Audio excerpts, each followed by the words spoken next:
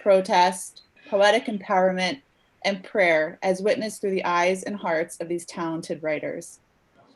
I will now turn it over to the group's founder and editor, James Parker, whose commitment to providing a creative space for homeless, transitional, and recently housed writers makes programs like this possible. Thanks, James. Thank you, Ali. Thank you all for coming, both the small but very special audience that we have here in the cathedral and the rest of you out there in Zoom land. We're very grateful that you're here. We're very grateful that we're here. We hope you're all doing well. This community in the last 4 months has been through the ringer. It's been through the desert on a horse with no name, like the whole country. But then again, not quite like the whole country, because nobody is more exposed to society and how it works or fails to work than the unhoused or housing insecure person. Therefore, nobody understands society like the unhoused person. The Black Seed Writers Group, every Tuesday morning here at the cathedral since 2011, did not shut down, unlike so many other places and programs, during the first wave of this pandemic. It kept going. I myself, out of necessity, took a viral sabbatical, but my incredible team, Christy Towers and Kate Glavin, did not. With the writers, they held the space. They kept the doors open because there was a need for it. Like Sylvia Plath said, the blood jet is poetry. There is no stopping it. So the writers continued to meet under almost unbearably atomized conditions, and they continued to write. What you're about to hear is a portion of that writing. And because we're keeping our masks on, and there are some acoustic vagaries to this setup, as you listen to the readers, I recommend that you follow along, talking to you out there in Cyberland, I recommend that you follow along in the virtual program that you can get through the link that Ali's put on the YouTube page. We don't want any words getting lost. And writers, once again, I'd remind you, nice and slow, breathe, let the words do it. Okay. With thanks to Ali and the BPL, Boston's great and historic public library, for making this happen. With thanks to the beautiful Cathedral Church of St. Paul for giving us a home for the last 9 years. And with thanks to you for showing up, I'm going to hand it over now to the Black Seed writers. Howie, please come up. This is Howard Allen Dodge. What's up, everybody? I have a little writing. Hope you enjoy it. It's called Powerful. Writing is more when we write or recite. People know the thoughts that go through the mind. Knowledge and wisdom sound the same, but it's even better when we all get into the game. The old saying, the pen is mightier than the sword. In my personal opinion, the writing can have more power than any fist can deliver. Thanks, Howard. Brenda, come on up.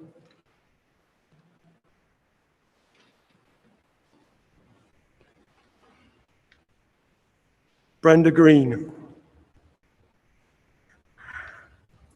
I had a stepson. He lived down on the street from me. He was 18 years old, and he was a great kid. He had ADHD. His family couldn't handle him, but I can. My kids had the same thing. Going on a ride together, drinking together, taking you home, spending time.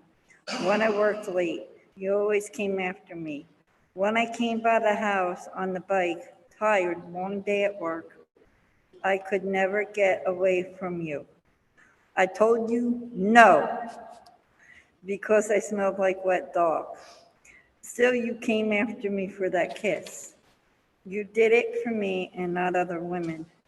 You will always have my heart, no matter what happens between us. You're mine, and you know that. Is Jimmy here? Jimmy's not here. Kevin Walker.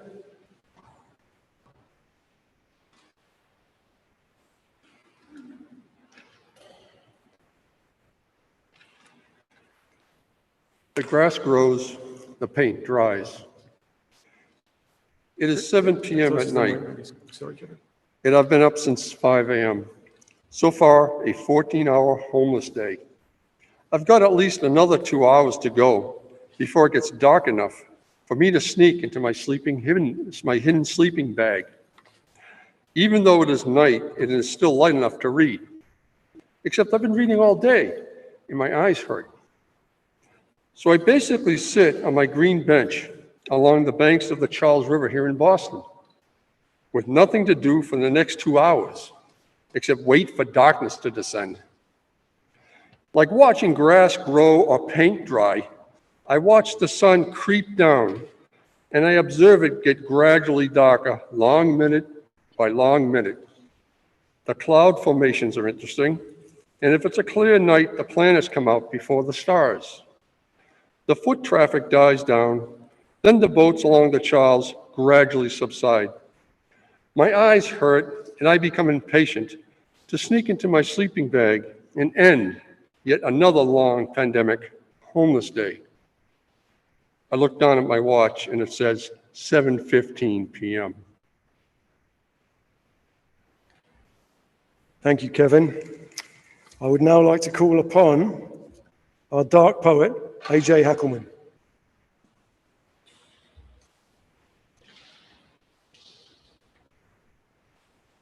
Come on up, AJ. Oh, you, Mr. Bryant. AJ. In a minute.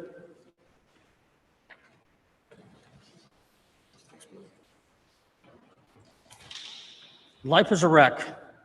Life is a wreck and everyone is in chaos. People run for the hills while disease hides in the way in people's faces. Plague in the world, giving people broken hearts and raging fiery graves. Makes you feel like you're in Resident Evil, running from a zombified apocalypse. Wearing masks to hide our pride from ignorant government, while a fake dumbass president laughs at us, cutting up our oxygen, suffocating our lives. With lies and hateful speech while bodies deceased, by raising numbers and leaving families worried if they'll be with them next. In the end, everything has been set. Life is a wreck, and people aren't playing with the full deck and aren't taking any bets. Thank you. Thanks, AJ.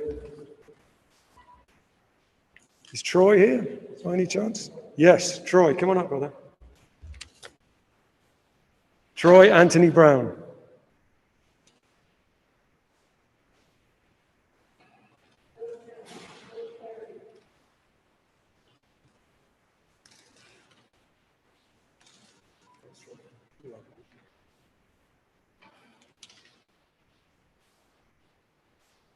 Get close to the mic if you can. That's good. How to take it too far. Retain it, withhold it, crucify it, freeze it, mistreat it, endanger it, isolate it, submerge it, poison it, ignore it, avoid it, capture it, confine it, eradicate it.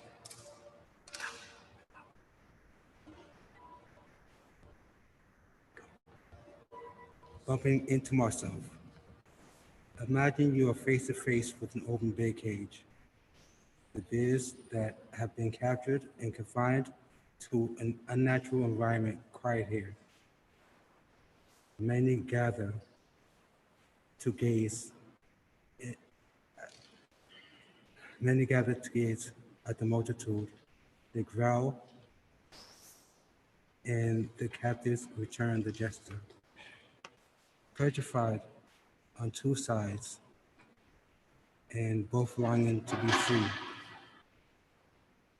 Requiring nutrition, they travel from afar to be opposite ends of the rage and the meaningless war. Now it's feeding time. A group of starving birds circle above as they watch in front in anticipation of tasting what the animals have left behind. Come on, come on. Thank you, Troy. Once again, if you can follow along in the program on the link, and Troy was number 7 in the program. I would like to invite Walter next. Come on up, brother.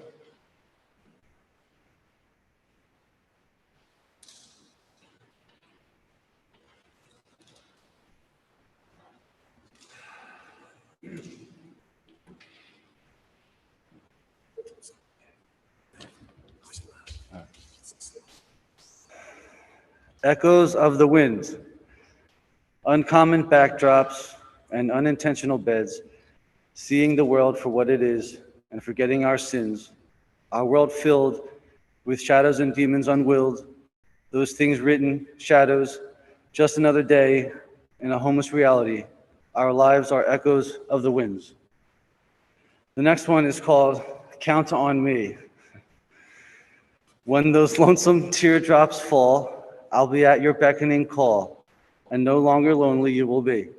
Just count on me. At the lonely twilight hour's end, you need not search for a friend, and then you'll come to see. Just count on me. I've got to get through to you somehow. Forever love, forever now. Though sometimes love brings fear, I will only hold you near. Give in my love and never go, and I will prove I love you so. Together we share love so free, unconditionally. Open up thou arms and come to thee. Just count on me.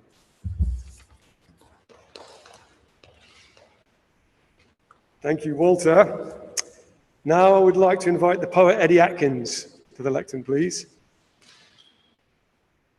Come on up, Eddie. And Kevin Neal is going to read Eddie's poem. Read it together. You're going to read it together, excuse me. Ready, Eddie? Yeah. Get up close to the microphone. Talking with my dad. Talking with Dad. When I was young, Father took me to a ball game. to a ball game. Yankees, Red Sox. Red games. Had hot dogs Hot dogs at the ball game. at the wall. They struck the guy out. Stretching out. I said, "About time." About time. Dad said, "Good." Good.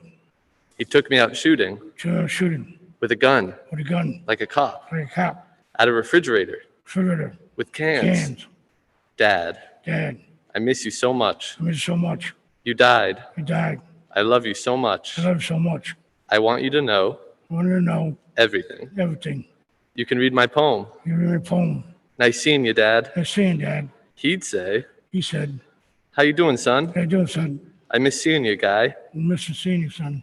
I love you, son. I love you, son. I read your poems. I read your poems, son. Congratulations, Ed. Congratulations, son. You're a poet." You're a poet. I'd say, I say, "Thank you." thank you.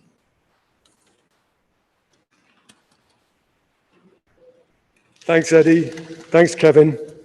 Could I ask Jay to queue up a couple of videos that we have from writers? That we have Eric Davis. He's going to come second. He couldn't make it because he has to work. And then, very excitingly, very exotically, we have Chris the Drifter from Montana. Chris the Drifter Halbrick. He's by some rushing river somewhere. Mask off, because he's out there. Anyway, we're going to mute ourselves, and with a bit of luck, you'll see 2 poems from Chris and then a lovely piece from Eric.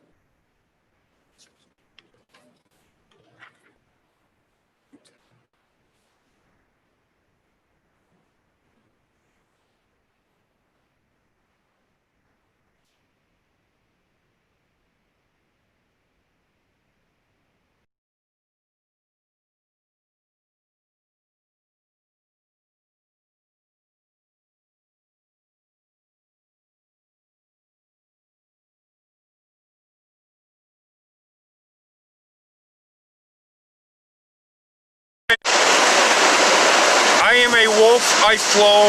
Wolf spelled backwards is flow. I flow like the wind, I flow like the river. I flow in my mind, I flow, I flow. I am like the wolf, I flow for adventure, and my next achievement, I flow. In life you have to move swift and fast like a deer with grace, but make time for relaxing and fun like a bear. Moving ever so gracefully in the water, like the wolf on the hunt for perfection. and the balance of life and the eagle that soars proudly. Chris the Harvest Drifter from the Rattlesnake area.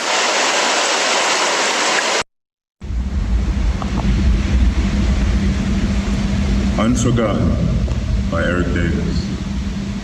Stay in peace, George Floyd. Thank you for coming to this world to be a martyr for God's people, a beacon for change and a platform for human beings to begin to look at themselves and their ideologies and behaviors and ways in the effort to change first the self, then enact change in one's household, community, and city, etc. Forgive me, but I will not protest or riot or loot in your name or in the name of any waves sweeping the country at this time. A reckoning is coming, and America has a heavy debt to pay for its roots in genocide, violence, oppression, deception, greed, jealousy, and envy. George Floyd wasn't the first or the last wrongly murdered by officials of law enforcement, and this violence that is happening isn't coincidental. It's strategical and has been going on since the beginning of our nation's history. Our ancestors were taken by force to a foreign land on a journey we weren't meant to survive. Tortured along the way, raped and terrorized, while our oppressors systematically plotted and executed to rob us of our ancestry, language, spirituality, and culture, all in the effort to break us like an animal, so they could oppress us and use us to build a nation that they never intended to allow us to be equal. Made us hate our black skin and worship an image that didn't look like us. We were told we were 3/5 of a human being, called monkeys, sambos, and Negroes. For 500 years, we were loyal servants to our new masters. Raised your children, built your homes, tilled your land, and yet we still can't be seen as human beings. You still hate our existence, but we choose to love and forgive and march and protest. But what does it ever get us? Another injustice, same old racist overtones and prejudice tactics to keep a certain set of people from advancing. Do you know why they hate us?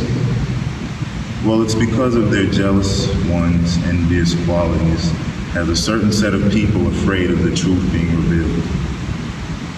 The African's origin is every race's origin, and all things known to human civilization is our stolen legacy, they claim. Everything from classical music, the periodic table, electricity, mathematics, etc.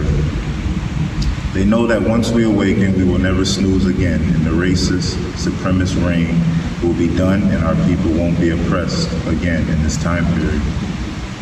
So my contribution, my brother from another, is the revolution that has been going on within me for over 20 years and won't stop until I free myself from mental, physical, and spiritual slavery. So fly high and know that your sacrifice is not in vain. Our people are sometimes slow to move because we've been beaten to a pulp, but all things possible through the resurrection of one's mind, body, and soul. We will reach greatness again, and we will continue to do it with love instead of hate. Prominence and grace. Much love, Brother Floyd. Gone, but definitely not forgotten. Amen.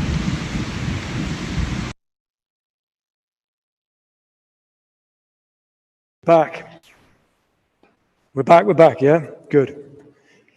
It's my great pleasure to introduce Augustus Foy.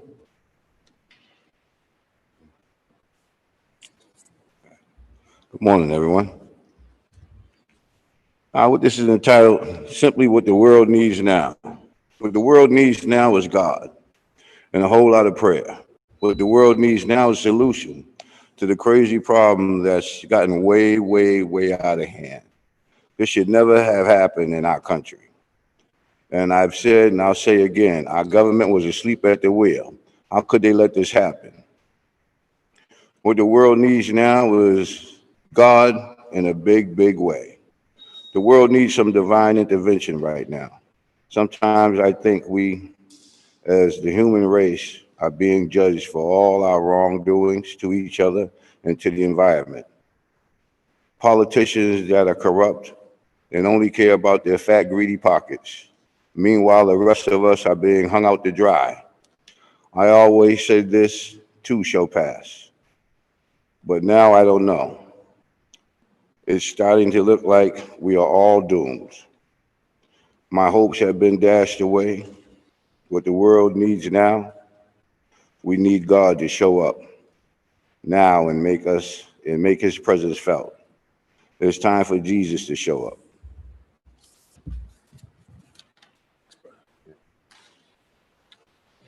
Augustus Foy, number 11 in your program. I would now like to call upon Michael Frada. Come on up, brother.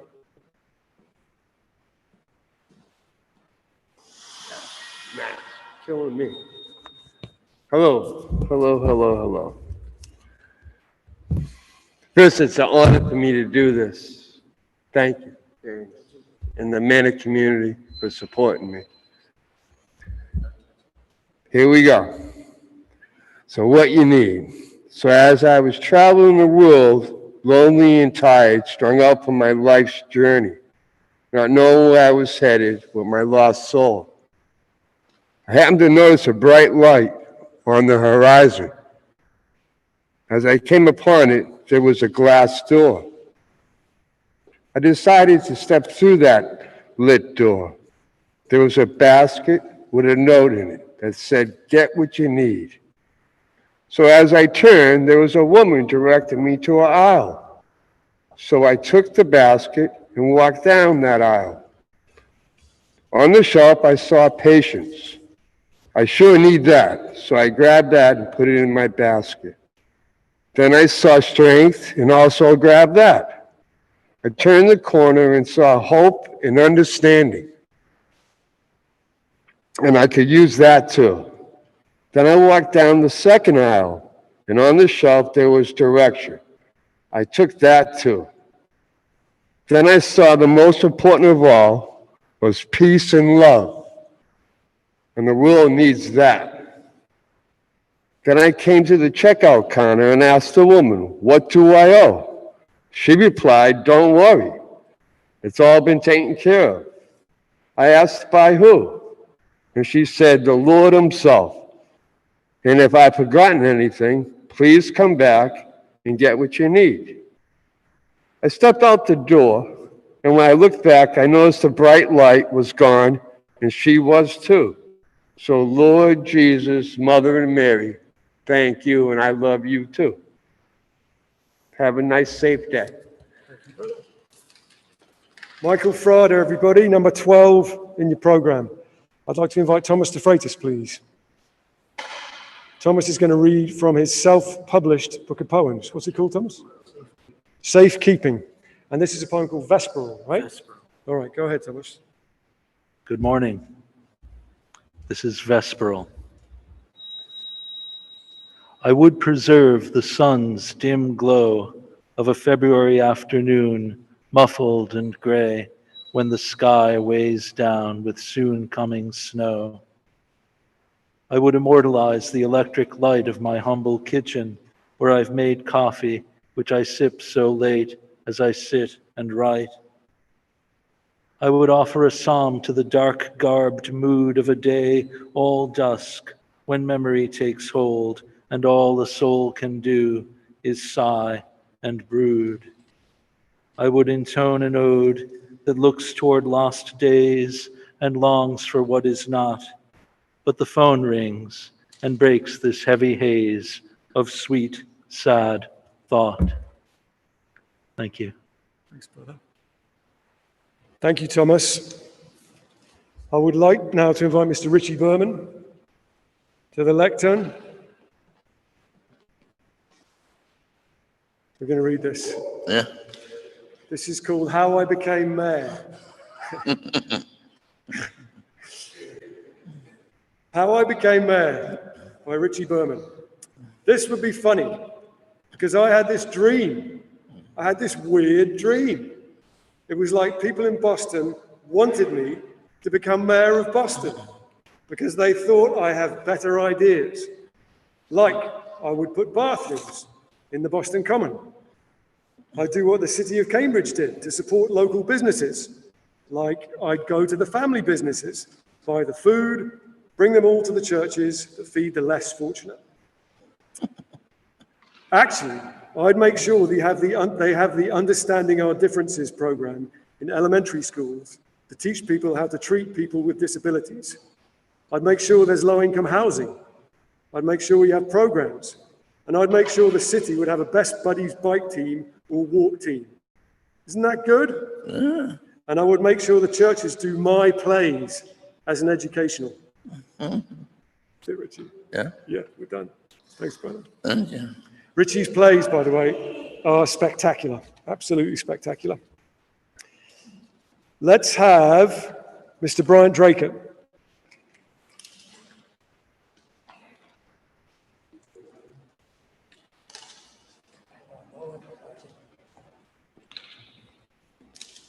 Right, I won't improvise. You can assume that it's your fault.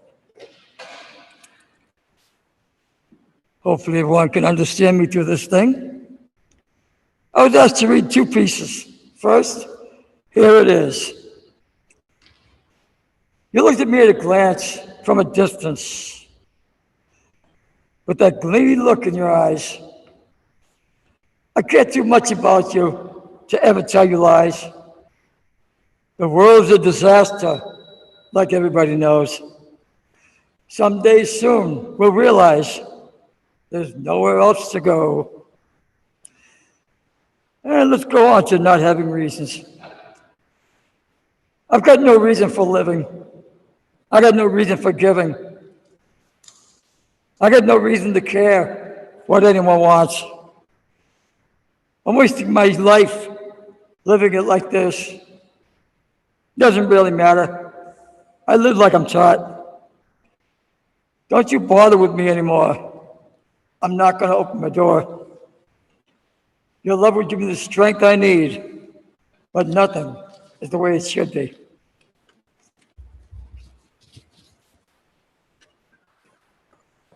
Bryant Draker, number 14 in your program. Now I'd like to invite Claire Coachy.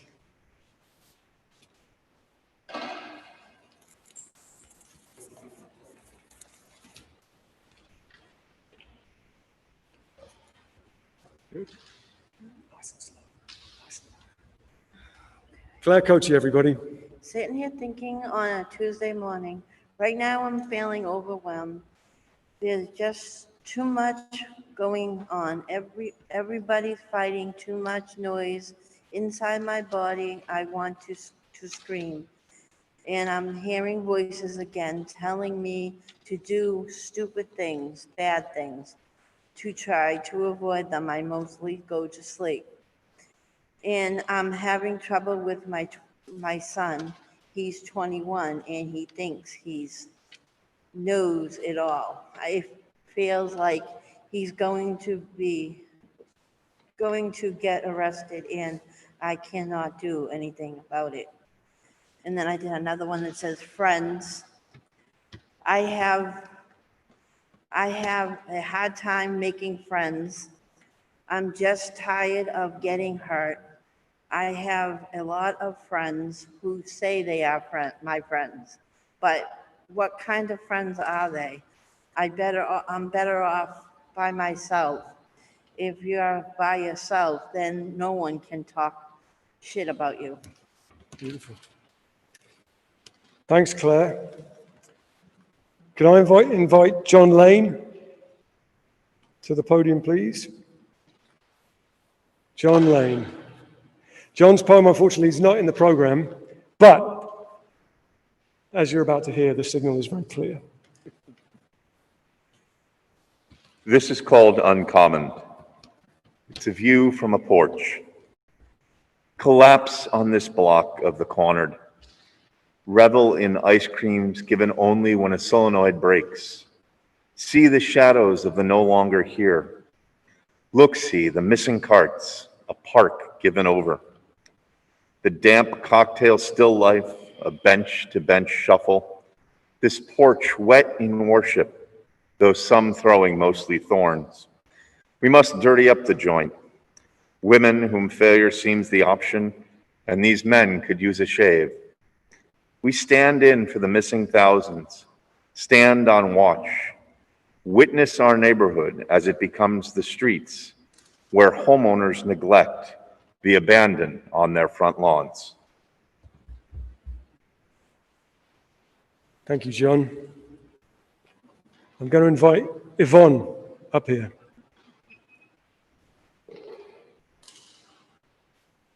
Big hand in Cyberland for Yvonne.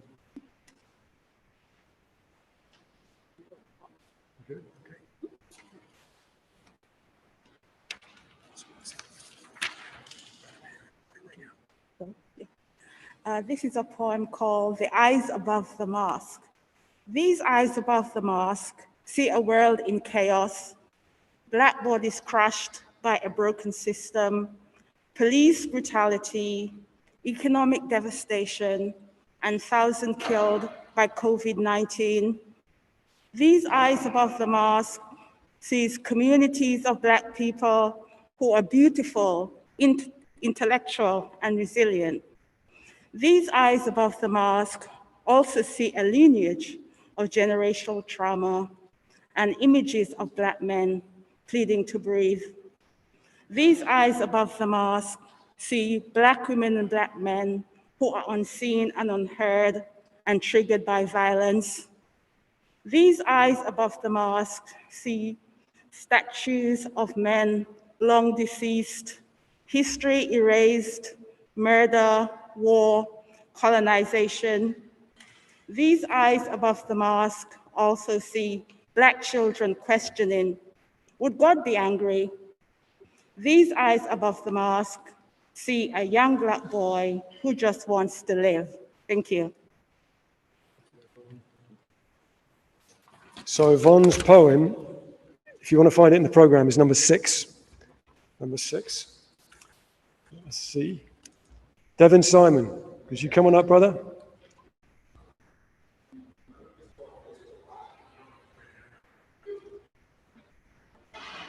He'll be with us shortly. No rush. There's only like 900 people watching. All right. I'm live on Facebook. Let me see.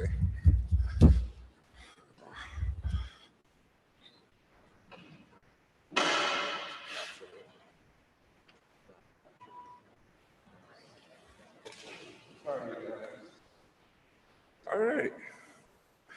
Let me just say thank you to the BPL, Boston Public Library. This is a great event. And on another side note, I really like the pregnant time that we have here. You know what I'm saying? Everybody is chilling, relaxing. I hope we don't have to sustain the virus just to keep this intimacy, because I feel like we're all home now. But let me read my piece. It's called it's called Fireworks.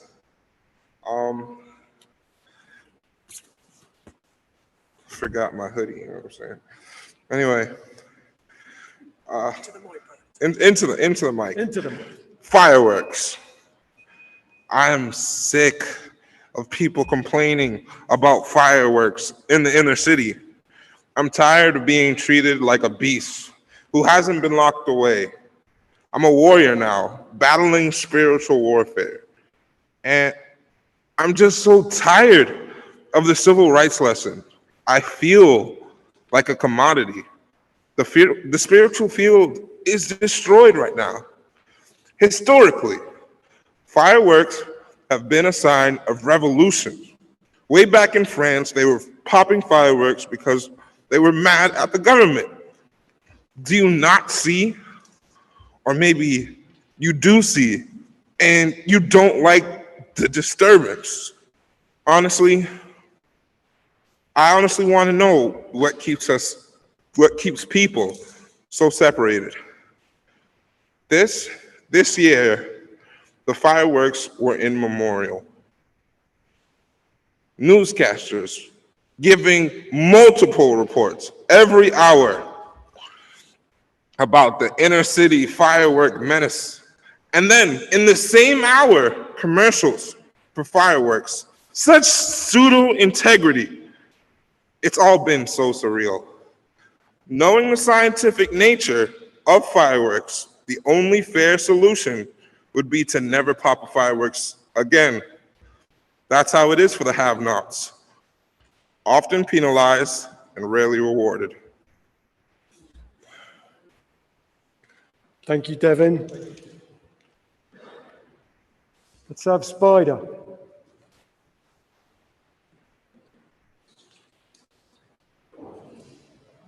Mr. Raymond O, I'm very, very pleased about this because Spider wasn't sure he was going to do it. If they fog, yeah, we'll just give it a shot, brother. Give it a shot. Let's see how you do. Okay. If they fog up, you take your mask off. Okay? You read it. No. Oh no, you're going to read it. I can pour this down. I have to pour this down. Okay, yeah, that's good. Do that. Surrounded by idiots. No matter where I go in this city of ours, I always run into some idiot, whether on the street, the sidewalk, the train. You tell them, excuse me, but they don't hear you, or at the shelters, like one in particular that I stay on Cambridge, I used to be open, where there's always fights, arguing, and I say to myself, they must be plain stupid or they must have been born that way. Like one person I know, for example, I can't say his name, but I see him out there almost every day. Keeps asking, you get a cigarette? You know where you get K2? They keep telling this idiot no, but it's like talking to a brick wall. So I guess no matter where you go, what city or what state, you're always surrounded by idiots. Yes! Thank you, brother. That was Spider. Ricardo, come on up. This is for insomniacs all over the world. It's called What Keeps Me Awake at Night, right, Ricardo? What keeps me awake at night? Yeah. See how I do? Nice and slow. What keeps me up at night? I guess it's intoxicated with alcohol or other substance. Takes the wrong bed. Later, the person assigned to the bed comes in and has a noise for 10 to 15 minutes arguing about the correct bed. Another guest is screaming during his dreams. Wakes everybody up around his bed. I guess he's intoxicated, not wearing his scrub pants, only underwear. A female staff sees him and she starts screaming, going out of her mind. Then the supervisor comes in and all the lights go on for 15 minutes. Construction is going on. The electricity is shut down during the nighttime. The air conditioner is not working, it's out because of electricity, and it's warm during the summer night, and it feels like 100 degrees. Another guest is listening to his cell phone at high volume without headphones. A staff has a walkie-talkie with high volume and also lets the doors shut. It's like a bang noise, keeping everybody awake. Thank you, God, for getting a good night's sleep. Thank you. Now, Sabrina Davis is with us this morning, and she fancies having a read. Sabrina Davis.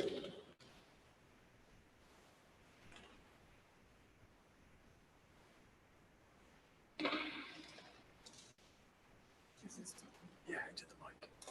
Nice and loud, nice and slow. Keep your mask up a little bit. That's good. All right. I wrote a plan, like for suffering.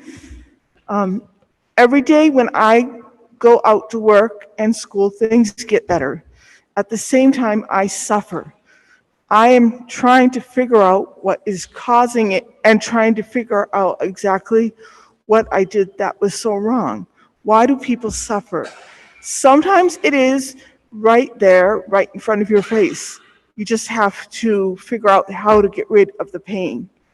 I just go on with my life and I do the best that I can and try to better myself. I enjoy myself and I don't let it get me down. I try to speak up for others who are going through the same pain. I reach out to help them the best that I can. I am working on a plan for all of us, be compassionate, and at a certain point, help each other. I want to be successful in life and reach my goals. I want to finish school and be a registered nurse and a psychologist someday. This is what I want for myself and others. I want to find the people who are my good friends. I want to stay with positive people and stay away from the negative. Thank you, Sabrina. Thank you so much. You can keep that. Thank you. We've got two more readers. Joe Edge is going to go next, and then Eric Lapovetsky is going to wrap it up for us. So could I just invite all the writers and readers to give each other an enormous hand right here in this room? Because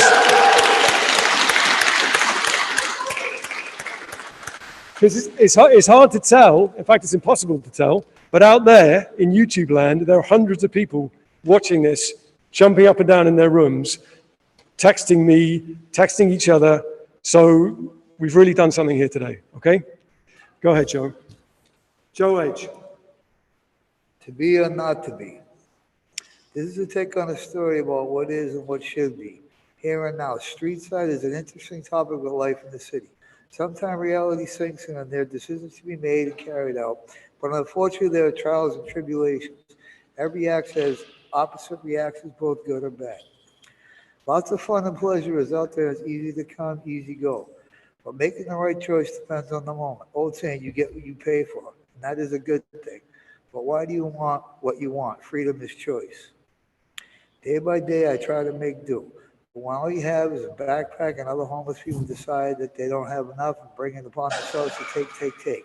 I feel those actions give the rest of us homeless a bad reputation because it's their choice to do what they do, and they haven't thought of the devastation their actions can bring. The only thing that keeps me going is looking up to the sky thinking, live for today, forget about yesterday, pray for tomorrow. Thanks, Joe. Wisdom from Joe Edge, number 23 in your program. Okay, we're a little bit early, but there's nothing wrong with that. Eric Lapovetsky is going to wrap it up for us. Come on up, Eric.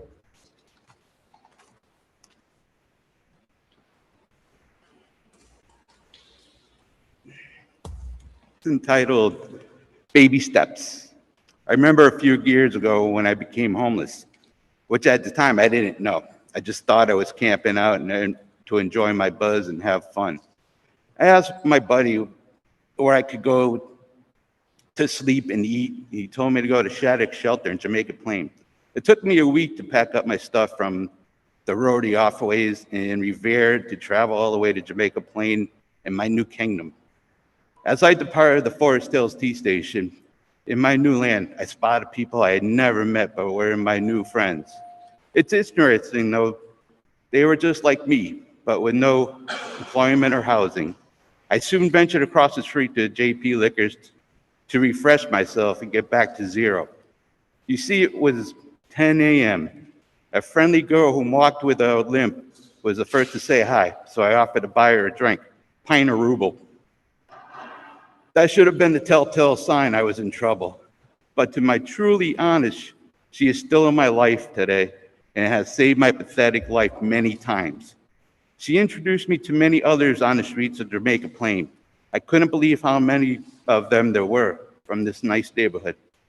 Not so long after, about 3 days later, I was walking down the bike trail for some more beer when I spotted one of my new friends literally dying on the grassy knoll, OD. I'm glad I had Narcan that day. Here we are now, 10:20 a.m. on a Tuesday morning in 2019. For many of us, we think obtaining housing is the answer. In actuality, it just brings about a whole other set of struggles. But most of us don't want to hear this. We just want housing. It's cold outside. Take care of yourselves. Just remember to be careful for what you ask for. You may just receive it. Final thought, people, baby steps.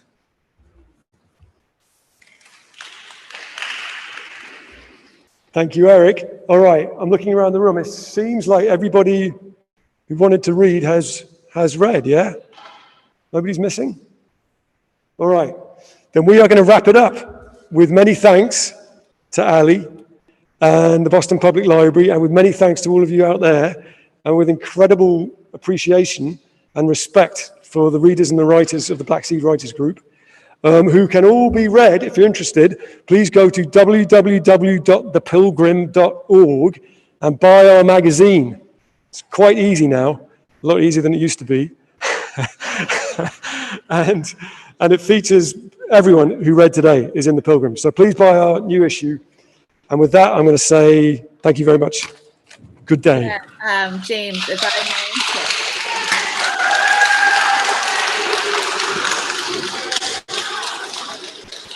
Just really quick to everyone who's still out there and listening, just a big, big thank you to James and the Black Seed Writers. This was an amazing performance. I love you guys. I miss you guys. Hopefully I'll get to see you soon. But so impressed by your bravery and your words. So keep it up. We miss you all.